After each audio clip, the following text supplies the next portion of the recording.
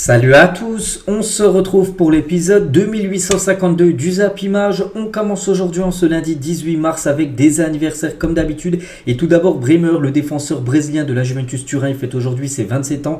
Il y a aussi Diogo Dalot, joueur de Manchester, il fête aujourd'hui ses 25 ans. Ou par exemple, Aurel Mangala, le défenseur belge de l'équipe de Lyon, il fête aujourd'hui ses 26 ans. Il y a également deux grands clubs qui fêtent leur anniversaire aujourd'hui. Tout d'abord, l'Ajax Amsterdam fête aujourd'hui ses 124 ans d'existence. Et l'équipe de Valence, l'équipe espagnole, fête aujourd'hui c'est 105 ans d'existence. On continue comme tous les lundis, on va parler de tout ce qui s'est passé lors du week-end. Il y a beaucoup de choses à dire et on commence tout d'abord avec la Ligue 1 et le dernier match hier soir qui a été un match complètement fou parce que 8 buts dans le match.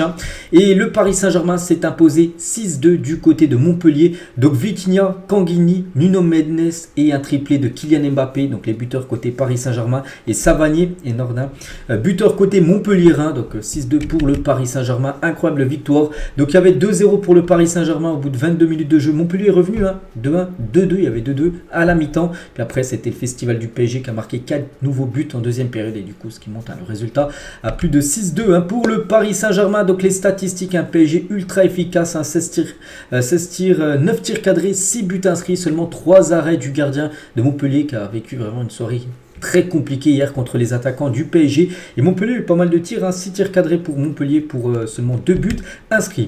Et du coup avec cette nouvelle victoire, le PSG se rapproche bien sûr du titre du championnat, enfin de remporter de nouveau bien sûr cette Ligue 1. Il ne reste plus que 8 journées du championnat. Le PSG, je crois, une dizaine de points d'avance sur l'équipe de Brest qui est actuellement deuxième. Donc ça sent très bon bien sûr pour le Paris Saint-Germain. Il a eu une du journal L'équipe aujourd'hui. Paris fait son carton. Donc à nouveau porté par un grand Kylian Mbappé, auteur d'un triplé. Le PSG a passé 6 buts à son adversaire. Une première cette saison en Ligue 1. C'est que le PSG n'avait pas encore fait un match cette saison en inscrivant 6 buts. Bon, ce qui est plutôt rare. La première fois cette saison qu'ils inscrivent autant de buts lors d'une rencontre. Et on va parler bien évidemment de Kylian Mbappé. Donc déjà la question qu'on se posait avant le match, est-ce qu'il allait commencer sur le banc ou être titulaire, parce qu'on sait que souvent maintenant il est plutôt sur le banc, avec qu'on arrive en fin de saison, vu qu'il va quitter le club du PSG et Luis Enrique essaie d'évoluer sans lui. Mais hier il a bien commencé titulaire, il a été très bon, 22e, 50e et 63e minute de jeu, en gros c'est les minutes quand il a marqué un but.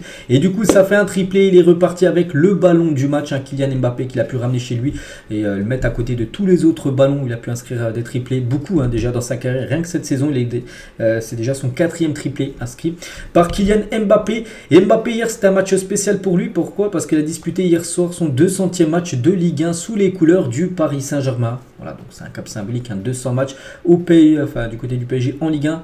Seulement au PSG, parce que si on rajoute aussi avec Monaco, il est déjà peut-être à 250 à peu près Kylian Mbappé, 2 matchs dans le championnat français et du coup 200 matchs du côté du PSG en Ligue 1 et 250e but du côté du Paris Saint-Germain. Incroyable, là c'est toute compétition confondue. En tout il a joué 297 matchs du côté du PSG, donc 200 en Ligue 1 et les 97 autres, donc en Coupe de France, en Ligue des Champions, peu importe, mais 250 buts pour Kylian Mbappé et 94 passes D. Les stats sont monstrueux, je ne sais pas si vous vous rendez compte, c'est bon, peut-être il n'a pas marqué à chaque match, mais on rajoute les passes D, donc les stats sont exceptionnels bien sûr. Pour l'attaquant Kylian Mbappé et les meilleurs buteurs de l'histoire de la Ligue 1, Mbappé avec son triplé, il monte son total à 188 buts. On peut voir qu'il a la 8e position, donc il dépassera certainement Joseph Ujalkik à 190, bon il ne reviendra pas peut-être sur le premier qui a 203, parce qu'il manque quand même pas mal de buts, 19 buts, on ne pense pas qu'il va marquer 19 buts sur les 8 derniers matchs, bon il peut le faire bien sûr Kylian, mais ça m'étonnerait, mais voilà, il finira certainement à la 7e position, parce qu'on le voit marquer au moins 2 buts, voire 3 pour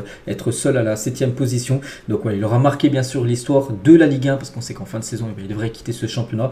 Bon moi je pense, je ne vous cache pas les gars, je pense que peut-être en fin de carrière il reviendra, certainement du côté de la Ligue 1, puis il remontera encore ce montant énorme bien sûr de buts inscrits dans le championnat français. Le meilleur joueur du monde, certainement en 37 matchs cette saison, Kylian Mbappé c'est 38 buts, toute compétition confondue, on rajoute 8 passes décisives. Donc Mbappé tient sur son compte Instagram à la fin du match un boom, voilà, par rapport à son triplé, il y a mis une petite photo d'une de ses célébrations qu'il a pu faire hier.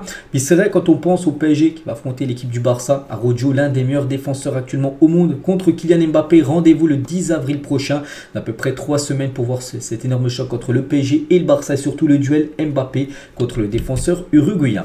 Toujours avec Kylian Mbappé et Vitinha, parce que Vitinha a été également exceptionnel en démonstration. Les deux ont obtenu la note de 9 sur 10 aujourd'hui dans le journal L'équipe. C'est 10 sur 10 c'est parfait, 9 sur 10 c'est exceptionnel la prestation des deux Parisiens. Et c'est vrai que Vitinha, il a été buteur, très beau but.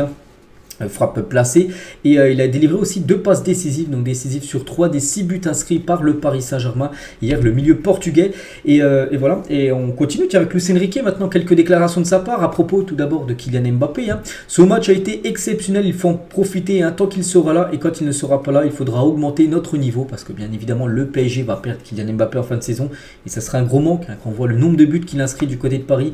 Il va falloir trouver quelqu'un d'autre pour le remplacer ou jouer d'une autre façon, j'en sais rien, mais voilà, ça sera bien sûr une grosse perte pour le Paris Saint-Germain. Et Luis Enrique à la fin du match, le triplé, donc Ligue des Champions, Ligue 1, Coupe de France, qui est possible actuellement pour le PSG, parce que le PSG engagé encore dans ces 3 compétitions. On va essayer avec tout notre cœur. Voilà, donc bon, la Ligue 1, très bien partie, même quasiment sûr d'être remportée. La Coupe de France, une demi-finale contre Rennes et potentiellement une finale contre soit Lyon ou contre Valenciennes. Et la Ligue des Champions, la Ligue des Champions, on sait que c'est le sommet de la montagne, c'est ce qui est le plus dur, mais on ne sait pas. On ne sait pas, le PSG est en quart de finale, le PSG bien sûr peut aller au bout et peut potentiellement remporter cette Ligue des Champions. Et toujours avec l'équipe du Paris Saint-Germain, donc face à l'OM après la trêve, parce que le prochain match du PSG c'est dans moins de 2 semaines, c'est dans 13 jours exactement.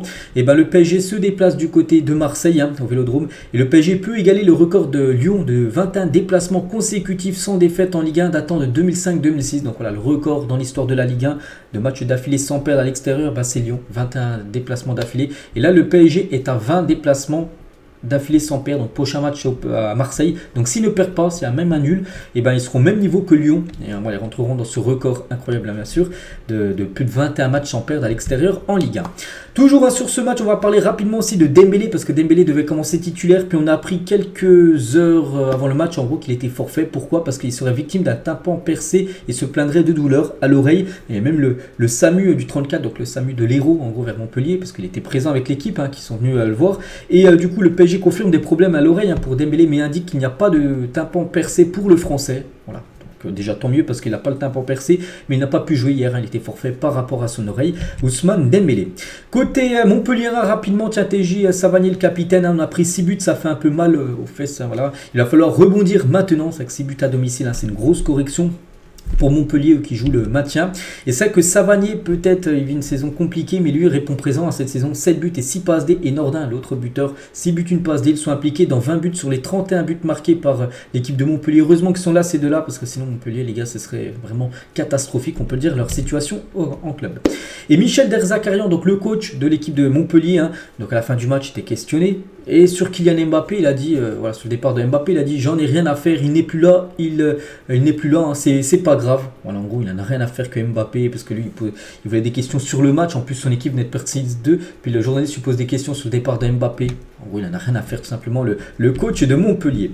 On continue, on va parler de Rennes contre l'Olympique de Marseille. Le Stade Rennais s'est imposé 2-0. Martin Terrier et Bourigeaud ont été les 2 buteurs côté Stade Rennais. Donc, pas un bon résultat, bien sûr, pour l'Olympique de Marseille qui fait un petit peu sur place actuellement. Donc, Rennes, 7 tirs, 4 tirs cadrés, 2 buts inscrits. Marseille, c'est seulement une frappe cadrée dans le match qui n'a pas été marquée. Donc, ça a été un petit OM. Et du coup, logiquement, le Stade Rennais s'impose. Et Rennes, du coup, vise l'Europe.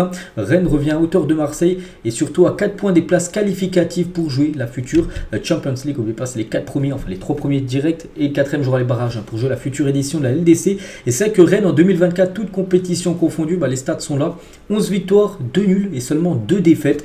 Donc voilà, ça se passe très bien pour le Stade Rennais qui avait vécu un début de saison très compliqué. Mais là, depuis le début d'année 2024, regardez, beaucoup de victoires et très peu de défaites. Martin Terrier, buteur, premier buteur du match. Donc il atteint la barre des 50 buts avec le Stade Rennais. Voilà, donc félicitations, 50 buts bien sûr dans un club, c'est un cap symbolique, donc il vient de l'atteindre. Martin Terrier, on va parler aussi de Benjamin Bourigeaud, l'autre buteur, et regardez le magnifique message, la banderole des supporters rennais par rapport à Bourigeaud. Donc arrivé un été pour le renouveau du Stade Rennais, 300 matchs après, Bourigeaud, légende du Stade Rennais, parce qu'hier il a joué son 300e match, là aussi, c'est une barre, enfin il y a un cap symbolique de jouer autant de matchs dans un club. Donc 300 matchs, il a été buteur, je dis sur penalty, donc 300 matchs, 63 buts et 59 passes D pour Benjamin Bourigeaud, ce joueur, cette légende du côté de Rennes, comme l'appellent bien sûr les supporters rennais, que c'est une légende. Et il a dit à la fin du match, oui, ça sera pour la vie, je passe une carrière exceptionnelle ici, cela fait déjà 7 ans et toujours autant d'émotions, vraiment satisfait de faire partie de l'aventure de ce club. Donc voilà, il se plaît très bien du côté de Rennes et il est très bon, parce qu'on peut voir quand même qu'il a été énormément décisif du côté du Stade Rennais. Du côté de l'OM, donc l'OM actuellement marque le pas par rapport à ce qui s'était passé, 5 matchs, 5 victoires pour Jean-Luc Gasset. Là, les 2 derniers matchs, c'est 2 défaites. 3-1 contre Villarreal, bon il y a eu la qualification, mais là c'est du championnat et 2-0 défaite contre le Stade Rennais. C'est qu'avant les matchs étaient, bon, entre guillemets, des adversaires un peu plus simples, mais là les adversaires sont un peu plus compliqués, Villarreal, Rennes. Et du coup, ça fait défaite, et surtout quand on pense les prochains adversaires de l'OM, ça peut peut-être faire peur. Donc le PSG, prochain match à Marseille en championnat. Après, il y aura Lille et après le Benfica en Europa League en quart de finale. Donc Marseille va devoir se remettre sur le droit chemin. Peut-être ça va leur faire du bien là, cette trêve internationale pour l'Olympique de Marseille. Et l'OM a perdu ses 7 matchs à l'extérieur contre les équipes du top 10 actuellement en Ligue 1 cette saison. C'est vrai qu'ils ont pris pas mal de points contre les petits, mais contre les gros, regardez, à l'extérieur, que ce soit au PSG, à Monaco, à Brest, à Nice, à Lens, à Rennes ou même à Lyon, à chaque fois ça a été défaite tout simplement pour l'équipe de l'OM.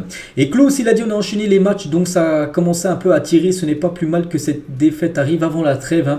On va se reposer maintenant parce que il y a eu des matchs, il y a eu le match encore jeudi. En Europa League, tu renchaînes le dimanche avec un autre match. Voilà, Coupe d'Europe plus 2 matchs par semaine. Là, c'était une grosse cadence. Bon, ça va revenir parce que c'est encore qualifié aussi en Coupe d'Europe. Mais voilà, cette trêve tombe à pic pour cette équipe de l'OM. Et toujours sur ce match, et pour finir, énorme parquage marseillais hier du côté de Rennes, comme souvent, bien sûr. Le parquage visiteur quand Marseille se déplace a été complet. On continue, il y avait une énorme affiche aussi, Brest contre Lille, le deuxième contre le quatrième de la Ligue 1, ça s'est fini partout entre ces deux équipes. On peut voir les statistiques de la partie, donc Lille a plutôt dominé, les tirs cadrés, 8 tirs cadrés pour Lille, 4 tirs cadrés pour l'équipe de Brest, partage des points entre ces deux équipes, et du coup Brest garde ses distances avec ceux qui le suivent tout simplement au championnat. Et Brest, c'est vrai, n'a remporté aucun match contre un membre du top 5 en Ligue 1 cette saison. Ils n'arrivent pas contre les gros, c'est vrai que ça fait plutôt peur parce que c'est une équipe qui pourrait jouer potentiellement en Ligue des Champions. Bon, ils prennent pas mal de points contre les petits, mais contre les gros top 5, ils ont pas gagné cette saison. Ils ont fait au mieux des matchs nuls. La preuve contre l'équipe du LOSC.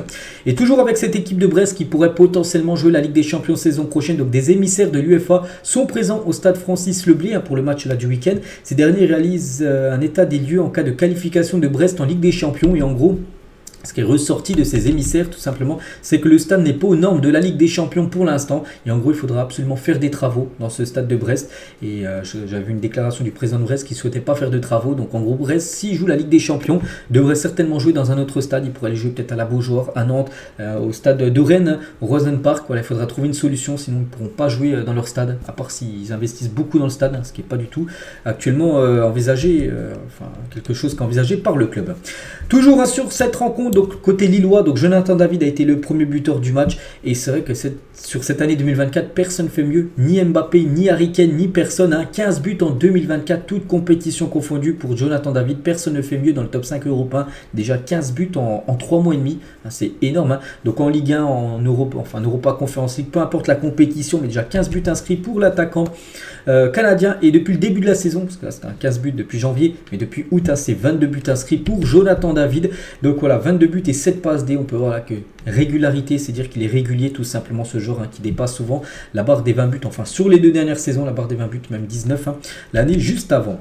Et David, il a dit bien sûr que nous ne sommes pas satisfaits, on a bien tenu, mais sur une action bête, on prend ce but parce que Lille aurait mérité certainement peut-être de s'imposer du côté de l'équipe de Brest. Et Benjamin André le dit, le capitaine, il fallait tuer le match, ce qu'on n'a pas fait. Il marque ce but sur une demi-occasion. L'accumulation des matchs et les blessures ne jouent pas en notre faveur non plus. On joue les équipes quand elles sont en forme. Il va falloir bien enchaîner à la rentrée avec de gros matchs, parce que par exemple le prochain match de Lille en championnat, c'est la réception de Lens, c'est le duel du nord de la France. Nantes contre l'équipe de Strasbourg, et c'est Strasbourg qui réalise la très bonne opération pour le maintien. Une victoire 3-1. Donc on va surtout nous parler de Gamero. Donc tout d'abord les statistiques de la partie, donc 6 tirs cadrés pour Strasbourg, 3 buts, 2 tirs cadrés pour Nantes. Bon, Nantes c'est du surplace actuellement, ils n'arrivent plus du tout, et donc Nantes est sur 3 défaites de suite et reste barragiste. Attention à Nantes, parce qu'ils se dirigent tout droit vers la Ligue 2. Et on va parler de Gamero, je l'ai dit, il a été premier buteur du match, parce que Gamero vient d'inscrire son 100e but dans le championnat de Ligue 1. Félicitations à lui. Donc à 36 ans et 10 mois, et donc Gamero entre dans l'histoire en devenant le joueur le plus âgé à atteindre la barre des 100 buts en Ligue 1. Donc 18 ans après son premier but, parce qu'à l'époque il évoluait du côté de Lorient. Bon, après il a joué dans d'autres championnats, il est parti par exemple en Espagne, je crois qu'il joue à Séville à un moment, il est parti un peu partout, mais il est revenu en France, et c'est vrai qu'il a marqué 50 buts à Lorient, 19 buts au Paris Saint-Germain et 31 du côté de Strasbourg, ce qui fait 100 buts inscrits du côté de la Ligue 1 pour Kevin Gamero. Donc actuellement il y a 4 joueurs en activité dans le championnat français à avoir marqué 100 buts, donc Gamero 100, Lacazette 140, Ben Yedder 156 et Kylian Mbappé 185. c'était avant bien sûr le triplé, donc maintenant il a 188 bien sûr, Kylian Mbappé dans le championnat de Ligue 1. La une du journal L'équipe aujourd'hui par rapport à l'équipe du FC Nantes qui a perdu 3-1. Retour à l'expéditeur, licencié il y a 10 mois de son poste d'entraîneur du FC Nantes, Antoine Comboré a été rappelé hier par le président Kita pour remplacer Gourvenec, parce que Gourvenec les gars c'est fini avec la défaite là, c'est la défaite de trop, 15 matchs sur le banc de l'équipe de Nantes, 4 victoires seulement, 10 défaites, c'est fini, donc il lui annule bien sûr entre temps, pour compléter la stade de 15 matchs, mais voilà, le bilan est catastrophique, et du coup Antoine Comboré est de retour au FC Nantes, il remplacera Gourvenec qui est écarté par sa direction, et Comboré en gros a été remplacé en début de saison par Gourvenec, mais Gourvenec a floppé, et du coup c'est Comboré qui revient. Et Kita, président, il a dit, avec son passé compliqué, Antoine Comboré, parce que c'était parti quasiment en clash entre les deux en début de saison, quand Comboré avait été licencié, il a dit ce n'est pas grave, du moment qu'il a des résultats, qu'il s'entend bien avec Franck, cela ne me pose aucun problème, et je lui dirai, moi je ne vois que le travail qu'il fait, le reste je m'en fiche, je ne vois pas pourquoi ça ne marcherait pas, je suis assez intelligent pour mettre mon ego de côté et me mettre en retrait, le plus important c'est le club, et on peut parler autant qu'on veut, mais à un moment donné, il faut un électrochoc dans la tête des joueurs nantais, parce que là actuellement c'est défaite sur défaite, recréer une dynamique de l'espoir. Si on ne fait rien, on descend en direct en Ligue 2, les joueurs peuvent s'en vouloir aussi, ils ont leur part de responsabilité, parce que bien sûr le coach est souvent responsable, mais aussi les joueurs, parce que les joueurs c'est eux qui jouent bien sûr sur le terrain. Et toujours sur ce match, donc à la fin de la rencontre, après cette défaite 3-1, donc c'était chaud entre les supporters, on peut voir qu'il y avait les CRS qui sont venus pour éviter que ça parte vraiment en émeute totale, parce que ça passe, c'est une défaite de plus, et pourtant ça aurait été normalement dû être un après-midi de joie. Pourquoi? Parce que c'était les 25 ans de la Brigade Loire, en gros les supporters nantais, 1999-2024, 25 ans de passion ultra à Nantes, mais bon, on peut voir que la soirée a été gâchée avec cette défaite 3-1, on peut voir que les tifos étaient magnifiques, et regardez, plus de 281 fumigènes ont été craqués par les supporters nantais pour célébrer les 25 ans de la Brigade Loire. Donc l'amende risque d'être salée pour le club de Loire-Atlantique, parce qu'on sait que la LFP déteste les craquages de fumigènes. Il y en a plus de 280 qui ont été craqués, donc là ils vont passer en commission de discipline mercredi après-demain, et ils pourraient peut-être être à huis clos, avoir aussi une grosse amende financière, l'équipe de Nantes. On continue, Lens contre l'OGC Nice, et c'est Nice qui s'est imposé 3-1 lors de cette rencontre qui avait lieu, c'était samedi soir, gros coup quand même pour les Niçois. Donc Mofi doublé, Kefren Turam buteur, donc ouais, buteur côté lensois, donc pourtant Lens a dominé, plus de 20 tirs, 4 tirs cadrés, un but marqué. Voilà, Nice les gars, c'est 3 tirs cadrés et c'est 3 buts marqués. Samba, 0 arrêt lors de la rencontre, donc ultra efficace cette équipe niçoise. Et après 6 matchs consécutifs sans succès, n'oubliez pas que Nice restait sur une défaite à domicile 2-1 contre Montpellier. Ils avaient été battus aussi contre le PSG 3 en Coupe de France, et là ils retrouvent la victoire contre cette équipe de Lens. Kefren Turam, sur la victoire à Lens, c'était énorme bien sûr de s'imposer dans un stade où c'est compliqué à aller chercher des points. On va parler du jeune Mohamed Ali Chaud, donc double passeur D lors de cette rencontre, un très bon l'ancien joueur de la Real Sociedad, ou même ancien joueur de l'équipe de Angers. Et toujours sur ce match, et c'était plutôt à la fin de la rencontre, l'état des camionnettes qui transportaient les supporters niçois, parce que Nice, il y a des supporters qui ont fait le long déplacement à Lens, beaucoup de kilomètres entre les deux villes, et les véhicules auraient été détériorés durant Lens-Nice sur le parking sécurisé par la police. Pourtant c'était sécurisé, mais on peut voir que, là c'est une vidéo, mais voilà, il y a au moins 3-4 minibus les gars où il n'y avait plus de vitres, tout a été cassé, et du coup l'OGC Nice condamne l'agression de ses supporters à Lens, et demande des éclaircissements de la part des autorités, parce que la police normalement aurait dû surveiller les minibus, alors qu'ils ont tous été vandalisés. Et côté lensois, donc Thomasson, il a dit on a fait 3 cadeaux, ces 3 buts qu'on pouvait largement éviter. On est dans la course, il reste 8 matchs, donc tout est possible, bien sûr pas pour remporter la Ligue 1. La Ligue 1 c'est pas possible, mais pour être, pourquoi pas en Ligue des Champions, parce que c'est bien sûr l'objectif de Lens de retourner en LDC la saison prochaine. Et le prochain match de Lens, je dis un match compliqué, c'est un match important pour eux, c'est le déplacement du côté de Lille, ça sera dès la reprise de la trêve internationale. Monaco contre Lorient, donc de partout, Lorient les gars ils ont marqué au bout de 1 minute de jeu, et ils ont égalisé à la 95e minute de jeu grâce à Bakayoko, ancien joueur de Monaco, il a fait du mal à son ancien club, donc Monaco fait du surplace, pourtant Monaco, plus de 23 tirs, 8 tirs cadrés, il y avait la place quand même de s'imposer contre Lorient, je crois que dans les dernières places de la Ligue 1, mais ils n'ont pas réussi. C'est que Monaco à domicile ils n'arrivent pas, c'est plutôt une bonne équipe à l'extérieur, mais à domicile ils n'ont plus gagné depuis 3 mois à domicile au stade Louis II, cette équipe de Monaco qui n'arrive plus du tout à s'imposer dans son terrain. Le stade de Reims contre le FC Metz, et Reims s'est imposé 2-1, le japonais Ito et Diakité ont été les 2 buteurs du match.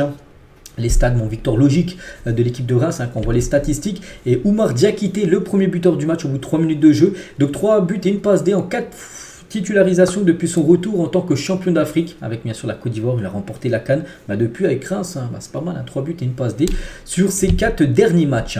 Et le dernier match de cette journée de Ligue 1, c'est entre Clermont et Le Havre, et c'est Clermont qui s'est imposé 2-1 grâce à Mohamed Cham qui a inscrit le doublé côté clermontois, une victoire importante pour le maintien bien sûr. Bon, Clermont reste toujours, je crois, dernier de cette Ligue 1 ou avant-dernier, bref, ils sont dans les dernières places. Donc voilà, tout d'abord les statistiques de la partie.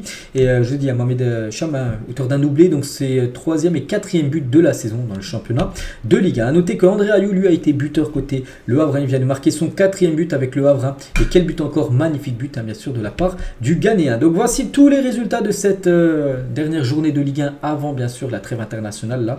Donc voilà, beaucoup de buts, regardez, quasiment tous les matchs il y a eu des buts, il y a eu seulement une équipe qui n'a pas marqué, c'est vrai, regardez, il y a seulement Marseille qui n'a pas marqué, sinon toutes les équipes ont marqué au moins un but lors de cette journée. Et du coup il y a eu plus de 35 buts ce week-end en Ligue 1, une moyenne de plus de 4 buts par match. C'est par exemple à Paris-Montpellier, il y a 8 buts. Je sais pas, il y a des matchs, là il y a eu 4 buts, là également 4 buts, là il y a eu 5 buts. Ça fait beaucoup de spectacles, et tant mieux bien sûr. On préfère avoir beaucoup de buts que pas assez. Et l'équipe type de la 26e journée, donc Paris en capitale. Pourquoi? Parce qu'il y a beaucoup de joueurs du PSG. Il y a Kylian Mbappé avec un triplé, Vitinha, un but de passe délai dedans. Hakimi, il est également dedans. On peut voir par exemple d'autres joueurs comme Bizot, le gardien de Brest. On peut voir aussi Jacob Brien, le défenseur de Lyon qui a été buteur. Dante qui a fait un gros match contre Lens. Donc voici les gars, l'équipe type de cette 26e journée de Ligue 1. Classement de meilleur buteur, donc Mbappé qui est à 21, donc là il reprend 3 buts de plus, 24 buts pour Kylian Mbappé en Ligue 1, donc 9 buts d'avance sur Jonathan David qui a été buteur également ce week-end.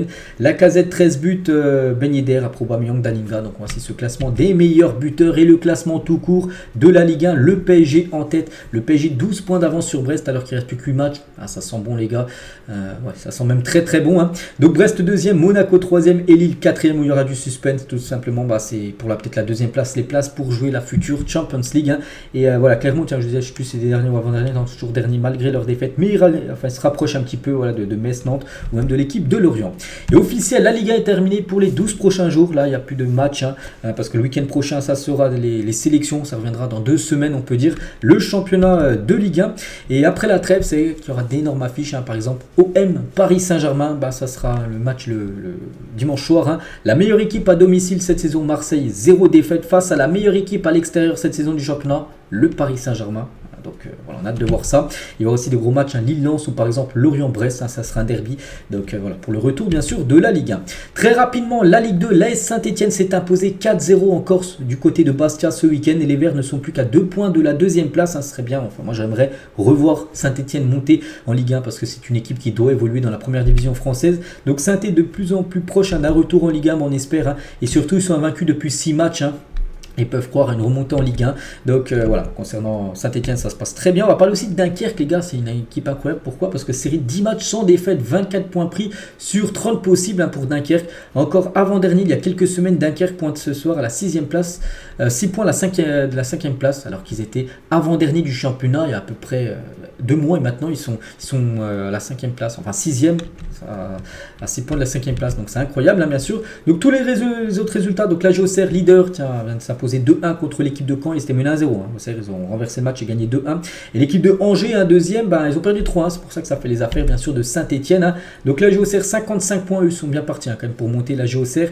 Angers, deuxième, puis après il y a cette 2e place, bien sûr, que Saint-Etienne va vouloir. Il y a aussi Laval qui est toujours au contact avec 48 points. Donc voilà, il y aura du suspense jusqu'à la fin de saison. Et sinon, la fin de saison, dernière place, Valenciennes, 17 points. Ils ont moitié, ils ont 33, ils ont 33 points, 17, n'oubliez pas que ces 4-là descendront en national. Malgré qu'ils vont jouer une demi-finale de Coupe de France, ils risquent de descendre en national la saison prochaine. On quitte la France, direction l'Angleterre. On va parler de la Première Ligue, mais il n'y avait pas beaucoup de matchs en Première Ligue parce qu'il y avait aussi de la FA Cup. Mais tout d'abord en Première Ligue, il y avait ce beau Fulham, Tottenham et c'est Fulham qui s'est imposé 3-0. Donc Muniz doublé et Lukic buteur également. Donc voilà, 3-0 pour Fulham à Tottenham. Ils ont pris une sacrée raclée, on peut lire. Donc 7 tirs cadrés, 3 buts inscrits pour l'équipe de Fulham. Et Rodrigo Muniz est en pleine forme.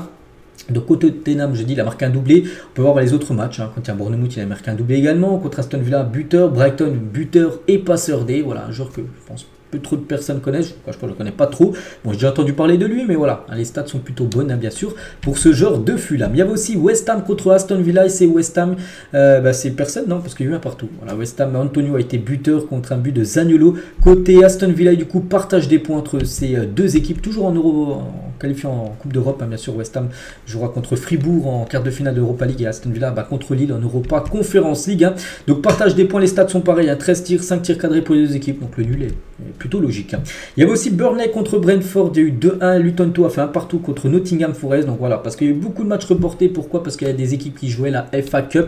Donc tout d'abord, pour finir avec le championnat, parce que nous on parle vraiment que des championnats, donc voilà, Arsenal en tête, hein. Aston Villa avec un match en plus, hein, par rapport à cela, donc toujours, bon, ils sont loin quand même des 3 premières places, mais voilà, concernant ce classement, bon, qui devrait être mis à jour, parce que comme je dis, il y a beaucoup de matchs, hein, qui n'ont pas été joués ce week-end. Mais il y avait aussi de la FA Cup, on va parler des 4 quarts de finale de la FA Cup, et on commence tout d'abord avec cette rencontre, Manchester United contre Liverpool, donc dans un match fou, hein, parce qu'il y a eu 7 buts dans la rencontre, ça s'est joué après prolongation. Parce qu'au bout de 90 minutes de jeu, il y a eu 2 partout. Donc il y a eu pas mal de buts également inscrits en prolongation, à 3 autres buts. Et du coup, c'est Manchester United qui s'est imposé 4-3. Donc les buteurs, McTominay, Anthony, Rashford et un but de Diallo. Un buteur en toute fin de match, 121e minute de jeu, juste avant la séance des tirs au but pour désigner le vainqueur. Et surtout l'équipe qui se qualifie.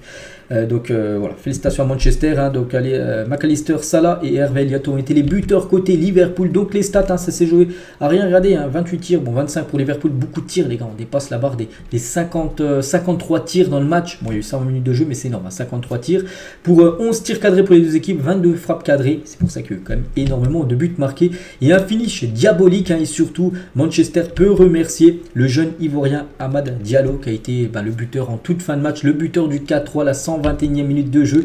Donc il a fait la célébration, il a enlevé le maillot, il a montré Amad son prénom. Le problème, hein, c'est qu'il a déjà un jaune. Jaune plus jaune, ça fait rouge, hein, il le savait, enfin je sais pas s'il le savait, peut-être dans l'euphorie il a enlevé son maillot. Bon, il restait plus rien après, donc c'est pour ça que ça n'a pas non plus pénalisé énormément Manchester. Donc il a pris carton rouge, il sera suspendu pour les demi-finales.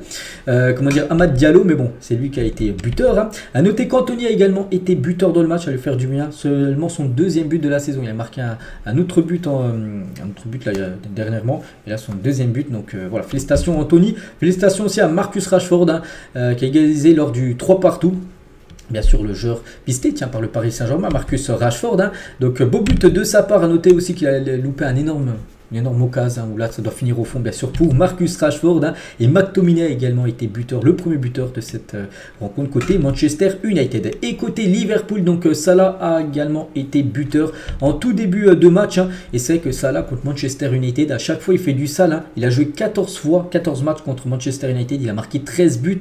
C'est fou, quasiment un but par match pour Mohamed Salah contre Manchester, hein. Donc voilà, il a plus marqué de buts contre Manchester que n'importe quelle autre équipe dans sa carrière, 13. Voilà, c'est sa proie favorite tout simplement, cette équipe des Red Devils. A noter que McAllister également buteur lors du début de match, hein. C'est que McAllister, les gars, sur ses derniers matchs, là aussi les stats sont quand même incroyables, hein. N'oubliez pas quand même qu'il joue pas numéro 9, il joue milieu de terrain. Et regardez, quasiment chaque match il est décisif, soit des buts, soit des passes D pour le champion du monde argentin. Et Hervé Elliott aussi également été buteur, hein. Magnifique but, une frappe lointaine, hein, où André Onana n'a rien pu faire. Et du coup, vu que Liverpool a été éliminé, et pas de quadruplé donc pour la dernière saison de Klopp à Liverpool, parce qu'ils sont encore engagés en championnat où ils sont bien placés quand même. Il y avait la FA Cup, il y a aussi ils ont remporté la coupe, hein, de la Ligue anglaise, ça c'est déjà un trophée qu'ils ont remporté, et bien sûr l'Europa League, donc il n'y aura pas de quadruplé, au mieux ça sera un triplé pour l'équipe de Liverpool. Et des supporters entre guillemets de Liverpool auraient lancé une fusée éclairante dans la tribune réservée aux handicapés située en dessous d'eux à Old Trafford. Donc ça c'est pas très cool bien sûr de la part des supporters de Liverpool. On continue avec aussi un autre quart, hein, Manchester City contre Newcastle, et c'est City qui s'impose et qui se qualifie également pour les demi-finales. Bernardo Silva, double buteur, voilà, la 13e et la 31e minute de jeu. Donc ce joueur, hein, qui pourrait peut-être lui aussi, hein, débarquer au PSG l'été prochain. Il a marqué 2 buts, hein. Bon, après City, ça a été un City à sens unique, hein, 16 tirs, 5 tirs cadrés, 2 buts marqués. Newcastle, 2 frappes dans le match, seulement 1 tir cadré. Il n'y a pratiquement pas eu de match. Et du coup, Manchester City s'impose logiquement pour les demi-finales de cette compétition. Donc félicitations à eux. Voilà une photo de la célébration avec bien sûr Bernardo Silva. Notez que tout le monde a fait son match à part Haaland. Regardez, hein, tout le monde a une grosse note, hein, du vert. Haaland, les gars, une note de 5.9. Il n'a pas fait un gros match. Erling Haaland, il a plutôt craqué le maillot d'un joueur de Newcastle au contact, hein, il a pris le maillot. Il n'a pas fait exprès, enfin j'en sais rien, mais regardez après. Regardez le maillot du joueur de Newcastle complètement déchiré avec Erling Haaland. Il y avait aussi Chelsea contre Leicester et c'est Chelsea qui s'est imposé 4-2 dans cette rencontre. Félicitations à Chelsea qui se qualifiait également pour la suite de la compétition. À noter les gars qui avaient 2 partout au bout de 90 minutes de jeu. Chukwuemeka 91e et Madueke 98e minute de jeu juste avant les prolongations. Il n'y a plus de prolongations, sinon on se dirigeait vers les prolongations. Ils ont marqué 2 buts en toute fin de match qui a permis à Chelsea de s'imposer et de se qualifier tout simplement pour les demi-finales. 24 tirs, 7 tirs cadrés et 4 buts inscrits pour l'équipe de Chelsea. L'homme du match, c'est Malo Gusto, a été élu homme du match après ce Chelsea-Leicester. Il aurait dû être appelé par Deschamps, certainement, même avant son match. Il aurait certainement dû être appelé. C'est un défenseur droit, on sait qu'en équipe de France, il n'y a pas trop de défenseurs droits. Il a fait un énorme match. L'ancien joueur de Lyon. Lui aussi, les gars, il est exceptionnel. C'est Cole Palmer, certainement le meilleur joueur de Chelsea sur cette saison. Donc, buteur de superbes stats pour sa première saison en tant que titulaire. 37 matchs, 16 buts et 11 passes D pour Cole Palmer qui a fait encore un gros match. Regardez la célébration qu'il a fait en mode climat. Voilà, contre cette équipe de Leicester. Marc Cucurella a également été buteur. Il inscrit tout simplement son premier but du côté de Chelsea, le joueur espagnol. Et pour finir, parce qu'on a déjà parlé de 3 quarts de finale, et bien sûr il y a une autre affiche, Wolverhampton contre Coventry. Grosse surprise parce que Wolverhampton, une équipe de première ligue, s'est fait battre contre Coventry, une équipe de deuxième division. Coventry s'est imposé 3-2, mais regardez la fin de match, il y avait 2-1 pour Wolverhampton à la 96e minute de jeu. Normalement c'est fini, tu as domicile, tu as une division d'avance sur ton adversaire. Tu clôtures le match, pas du tout les gars. Sims 97 et White à la 90e plus 10 minutes de temps additionnel. Une fin de match totalement folle et Coventry se qualifie pour les demi-finales de cette coupe anglaise. Donc les stats pourtant les gars, d'après les stats, regardez Coventry les gars, on a l'impression de dominer l'équipe de première ligue. 24 tirs, 12 tirs cadrés, donc mérité logique que Coventry se qualifie pour les demi-finales. Donc il y a une fin de match totalement folle. Donc voilà, Wolverhampton c'est fini en plus. Ils ont appris leur élimination et aussi gros coup dur parce que Pedro Neto blessé. Donc blessé à la cuisse avec Wolverhampton, le Portugais pourrait être absent jusqu'en fin de saison selon son entraîneur. Sa participation à l'Euro 2024 est peut-être promise.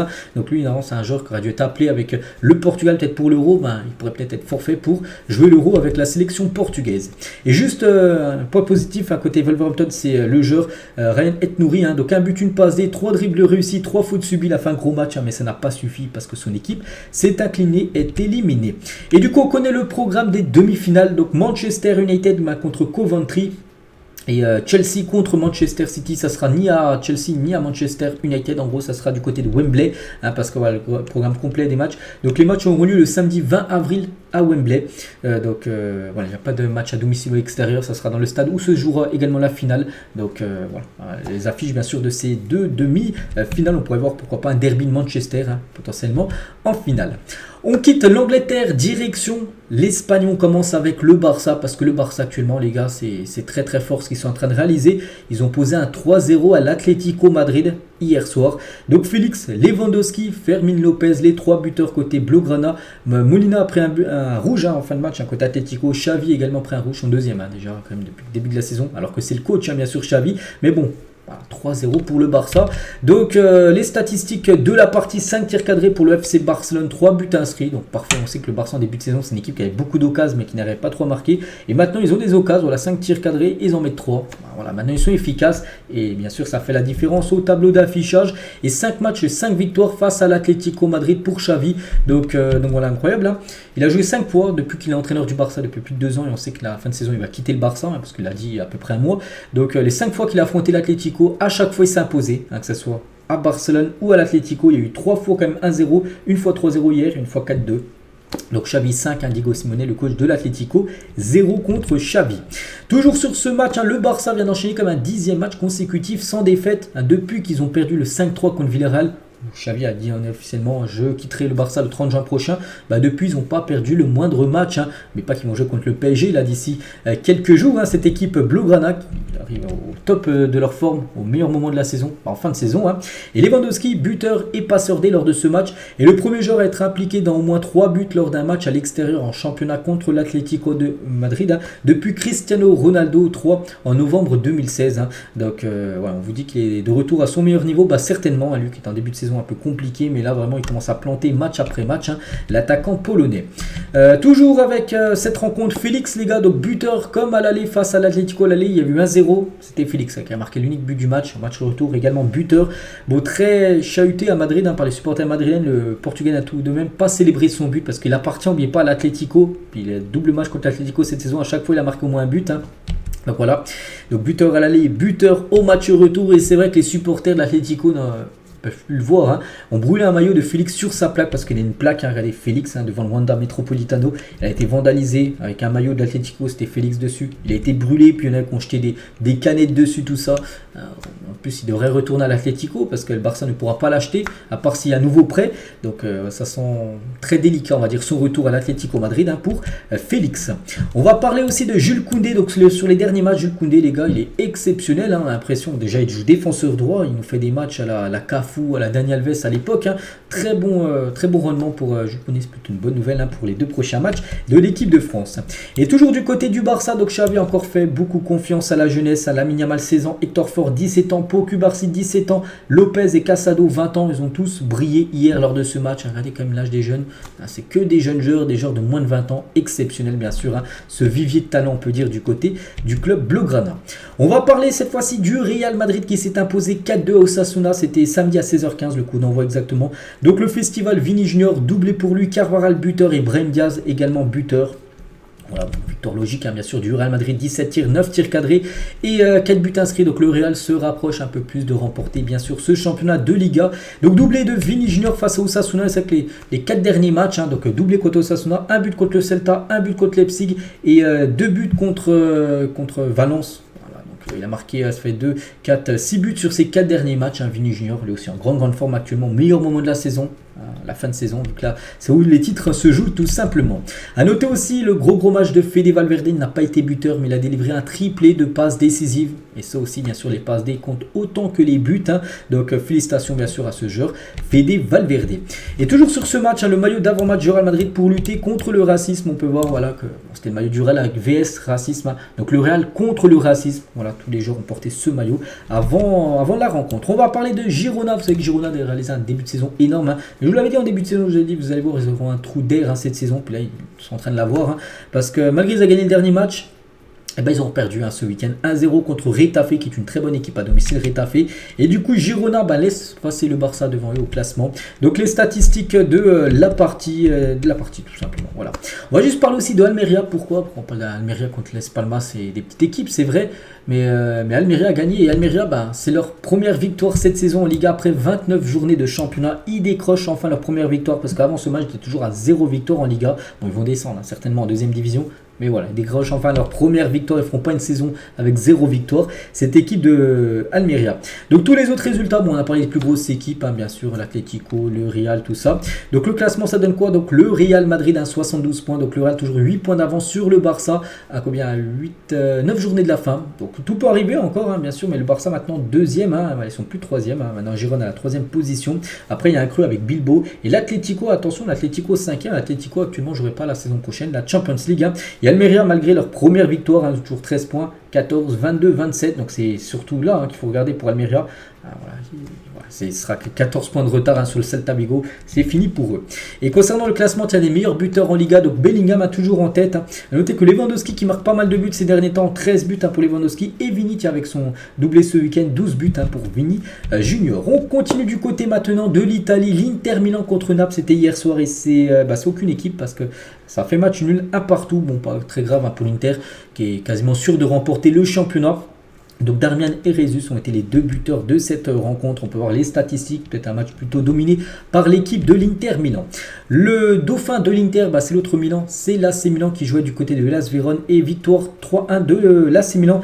Hernandez, donc Théo Hernandez, Pulisic et Chukwueze ont été les 3 buteurs côté milanais. Donc belle victoire et victoire plutôt logique. On peut voir les stats, ils ont plus de tirs cadrés, l'équipe de Milan qui mérite sa victoire. Et Théo Hernandez, buteur.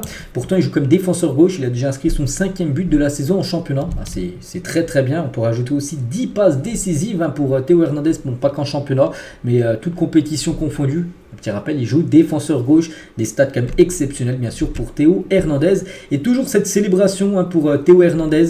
Donc voilà, il fait comme ça, on ne sait pas. Mais bon, une célébration peut-être qu'il est en connexion avec Brahim Diaz. N'oubliez pas que Brahim Diaz la saison dernière jouait à l'AC Milan. Donc il connaît très bien sûr Théo Hernandez. Et peut-être les deux se sont mis d'accord. Voilà, quand on marque, on fait cette célébration là commun. Donc voilà, en gros, la célébration des deux on peut dire. Et toujours du côté de Milan, donc Théo Hernandez a été buteur. Mais aussi Pulisic qui avait quitté la saison dernière je crois Chelsea pour arriver du côté de Milan. Et c'est vrai que sur ces 4 derniers matchs, toutes compétitions confondues, donc il a été buteur en gros. Et sa saison, toutes compétitions confondues, 33 matchs, 11 buts et 8 passes D pour le joueur américain. La Juventus Turin contre le Genoa 0-0. Bon, pas grand chose à dire les gars. Notez que Dusan Vlahovic, l'attaquant, la Juve a pris un rouge, mais bon, rien à dire. Donc la Juve a eu 17 tirs, mais seulement 2 tirs cadrés, c'est pas possible. Ils sont trop peu précis. Et du coup, la Juve, les gars, sur leurs 8 derniers matchs des championnats, seulement une victoire, 3 défaites et 4 matchs nuls. Ils font actuellement du surplace total. L'équipe de la Juventus Turin. L'AS Roma contre Sassuolo. Bon, c'est pas marqué le résultat de Sassuolo, mais c'est bien 0. Donc victoire 1-0 de l'AS Roma. Pellegrini, l'unique buteur du match, on peut voir les statistiques de la partie, donc victoire logique de l'AS Roma. Bon, d'après les stats, moi quand je les vois, j'ai pas vu le match, mais bon, l'AS Roma mérite sa victoire. Sinon les autres résultats de cette journée, à noter juste un match Bergame-Fiorentina reporté. Qu'est-ce qui s'est passé? En gros, le directeur général de la Fiorentina, Joey Barone, a été transporté en urgence en hélicoptère à l'hôtel de Bergame. La Serie A a ordonné le report du match. Voilà, en gros, c'est pour ça que ça ne s'est pas joué. Et des nouvelles, les gars, de cette personne. Dans un communiqué, la Fiorentina a annoncé que Joe Barone, son directeur général, est actuellement hospitalisé aux soins intensifs de chirurgie cardiaque de l'hôpital de Milan. Les conditions cliniques sont critiques mais stables. On espère pour lui, les gars, que ça va s'arranger. Dès que j'ai des infos en plus concernant son état de santé, je vous dirai tout ça plus tard. Donc voilà pourquoi le match n'a pas été joué entre Bergame et la Fiorentina. Le classement des meilleurs buteurs. Donc Lautaro reste toujours en tête, 23 buts. Vlahovic, 15 buts, il sera suspendu pour au moins un match. Vlahovic, vu qu'il a pris un rouge. Giroud, Dybala, 12 buts. Donc Osimhen, qui est le dernier meilleur buteur saison dernière, était à 11 buts cette saison inscrit. C'est que c'est plutôt moyen quand même pour l'attaquant nigérian. Et le classement, donc l'Inter en tête devant l'AC Milan, 14 points d'écart entre le premier et le deuxième. Il reste plus que 9 matchs à jouer. Donc l'Inter bien sûr va remporter le championnat. Où il y aura du suspense, les gars, c'est certainement pour la 4e place. Pourquoi? Parce que Bologne, l'AS Roma, tout ça, bon peut-être Bergame parce qu'ils ont un match en retard, vont essayer de décrocher la 4e place pour jouer tout simplement la future Champions League. Et on finit comme d'habitude le lundi avec le championnat allemand. Et on commence avec Leverkusen, donc du côté de Fribourg. Donc victoire compliquée, mais victoire comme souvent au bout. Pour Leverkusen, une victoire 3-2. Donc Wirtz, Ozlek et Chika, qui avait été auteur d'un doublé en toute fin de match contre Karabag il y a quelques jours en Europa League pour éviter une élimination. Mais il a permis bien sûr à son équipe de marquer le 3e but. Synonyme tout simplement de victoire. Donc Leverkusen, encore une victoire, encore un match surtout sans défaite, et 38e match d'affilée sans défaite, toute compétition confondue, 10 points d'avance sur le Bayern à 8 journées de la fin. Voilà, ça sent très bon bien sûr pour le Bayer Leverkusen. Donc oui, tiens, buteur au bout de 2 minutes de jeu, donc sa saison, c'est qu'on parle beaucoup de, on parle de plein de joueurs de côté de Leverkusen, mais c'est vrai que lui réalise une énorme saison, 36 matchs, 11 buts, 17 passes D, les gars, pour le joueur Florian Wirtz, un buteur au bout de 120 secondes de jeu lors de cette rencontre. Lui aussi, les gars, il était encore décisif, passeur D. C'est Frimpong, les gars, cette saison, 12 buts et 11 passes D, et il a été auteur d'une passe D lors de ce match. Et bien sûr, Grimaldo, pareil les gars, Grimaldo encore passeur avec le Bayer Leverkusen ce week-end à sa saison, toute compétition confondue, 11 buts et 15 passes D. N'oubliez pas que lui, il est défenseur gauche et lui, il est défenseur droit. Regardez les stats qu'ils ont. C'est des stats exceptionnelles. Ça sera compliqué pour Leverkusen de les garder parce que là, au vu de la saison qu'ils sont en train de réaliser, je pense qu'ils vont quitter le club. À noter Grimaldo, les gars, il est arrivé quand même gratuitement au début de saison en provenance du Benfica. Il est en fin de contrat. Regardez ce qu'il fait, enfin la saison qu'il est en train de réaliser en Allemagne. Darmstadt contre le Bayern Munich. Donc le Bayern, là, ils sont repassés en mode rouleau compresseur. Ils en ont passé 8 il y a quelques jours là contre je ne sais même plus c'était qui, et là ils en passent 5 à l'équipe de Darmstadt. Donc le Bayern, les gars, voilà, on commence à remarquer beaucoup de buts. On retrouve le Bayern, le grand Bayern Munich, donc un match bien sûr à sens unique. Donc les statistiques de la partie en faveur totale du Bayern Munich. Et Musiala, les gars, a été exceptionnel, 2 buts, 1 passe D pour le joueur allemand. Donc cette saison en championnat, c'est 21 matchs, 10 buts et 6 passes D pour Jamal Musiala. Donc c'est un énorme joueur. Et il l'a encore montré hier lors de cette rencontre. N'oubliez pas qu'il est tout jeune, il a seulement 21 ans. Jamal Musiala. Harry Kane, bien évidemment, buteur et aussi passeur D lors de ce match. Donc sa saison en stade toute compétition confondue, 35 matchs, 36 buts et 9 passes décisives. Là aussi, la saison est exceptionnelle, bien sûr, pour Harry Kane. Et en championnat, parce que là, c'est 36 buts, toute compétition confondue, mais en championnat, c'est 26 matchs, 31 buts. Par exemple, Mbappé, lui, est à 24 buts. En championnat, lui, il a 31 buts en championnat. Harry Kane, il est déjà, regardez, là, c'est les joueurs qui ont marqué le plus de buts sur une saison. C'est toujours Lewandowski en 2020-2021, 29 matchs joués, 41 buts. Donc lui, il a 31. Donc il lui reste encore pas mal de matchs à jouer. On est à 26e, il en a 34 de journée. Donc on verra, le nombre de matchs qu'il aura pu jouer, on peut dire.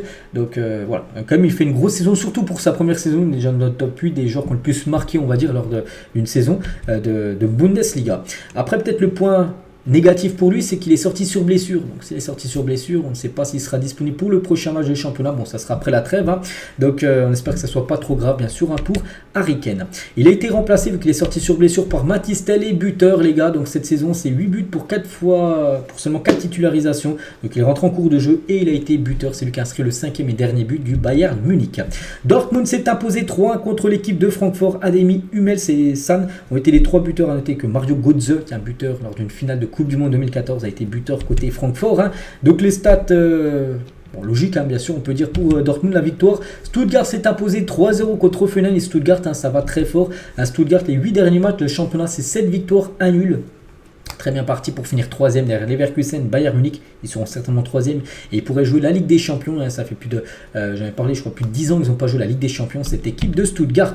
Et Guirassy, buteur, donc son 22e but en 20 matchs de championnat. Alors aussi, la saison est exceptionnelle, bien sûr, pour l'attaquant guinéen. Tous les autres résultats de ce championnat allemand. Et juste, on va parler d'un match, les gars. Wolfsburg qui s'est incliné 3-1 contre Augsbourg. Et là, Wolfsburg, défaite de trop. Et du coup, Niko Kovac, souvenez-vous, l'ancien coach de Monaco, c'était le coach de Wolfsburg, c'est fini. Il a été licencié après cette défaite. Et du coup, c'est Ralph Hasenhüttl qui l'a remplacé. Donc lui, déjà, il compte 2 victoires sur ses 13 derniers matchs. Voilà, pour Niko Kovac, donc c'est fini. Donc c'est lui en gros qui le remplace, voilà, ce coach-là, qui est le nouveau coach de l'équipe de Wolfsburg. Et du coup, le classement de ce championnat allemand, donc Leverkusen en tête, 10 points d'avance sur le Bayern Munich, il ne reste plus qu'une match. Ça sent bon, les gars.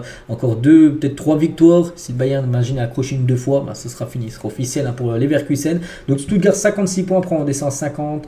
Et là, il y aura du suspense pour la 4e place, 50, 49. Bon, après Francfort décroché avec 9 points de retard sur Leipzig à la 5e position. Donc voilà les gars, tout ce qu'il y a à dire aujourd'hui. J'espère que ça vous a plu. On se retrouve certainement tout à l'heure pour l'After Zap Image, sinon sur cette chaîne demain les gars pour le prochain numéro. Bonne journée à vous et à plus tard.